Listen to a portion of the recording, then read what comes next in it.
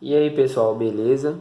Hoje então a gente vai estar vendo aqui um receiver para som ambiente com Bluetooth, USB e rádio. Ele então pessoal é um receiver de 300 watts com duas saídas de 150 watts. Então a gente vai estar abrindo a caixa. Aqui então a gente tem um manual bem básico mesmo, mostrando aqui algumas características do produto. Algumas entradas, algumas saídas. E aqui a gente tem um esquema, pessoal, para quantas caixas que vão ser ligadas. Por exemplo, aqui são um conjunto de 6 alto-falantes, 8 alto-falantes, e depois com 16. Eu acho que o máximo é 16. O máximo são 16. E aqui então, pessoal, como a gente pode ver, até 6 alto-falantes ou 8 é uma ligação. A partir de 8 já a ligação já é diferente. E aí tem que estar seguindo o manual aqui certinho para estar olhando. Aqui também tem algumas informações dele, como potência, tensão de alimentação, impedância. A gente deixa de lado. Aqui a gente tem uma fonte de alimentação do produto. É uma fonte de 12 volts, 4 amperes. Entendeu? Aqui a gente tem um controle remoto do produto. E aqui em si é o aparelho. Ele é bem compacto, tá pessoal?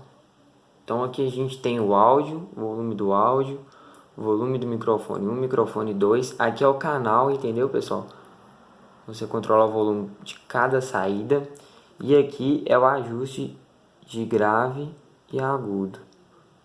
Aqui então a gente tem o receptor, USB, cartão de memória. Aqui a gente tem o rádio. Ele tem entrada para ventilação, que ele tem o cooler. Então aqui pessoal, a gente tem uma entrada auxiliar para estar ligando televisão, smartphone, se não tiver Bluetooth, qualquer coisa. Que é o cooler de refrigeração, e aqui é as saídas dos dois canais. Aqui a gente tem a conexão da fonte, um fusível para estar protegendo, e esse cabinho aqui é da antena. Eu vou estar ligando ele na tomada e já volto. Bom pessoal, efetuei a ligação da fonte e agora a gente vai estar fazendo a ligação do produto.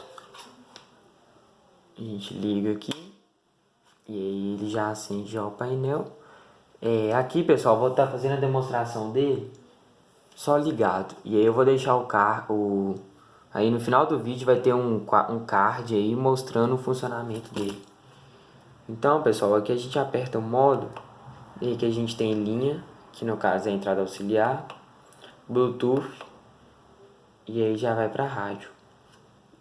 Então o funcionamento dele é bem simples. A hora que você liga o USB, ele já detecta o USB, o pendrive, alguma coisa que você ligar ali.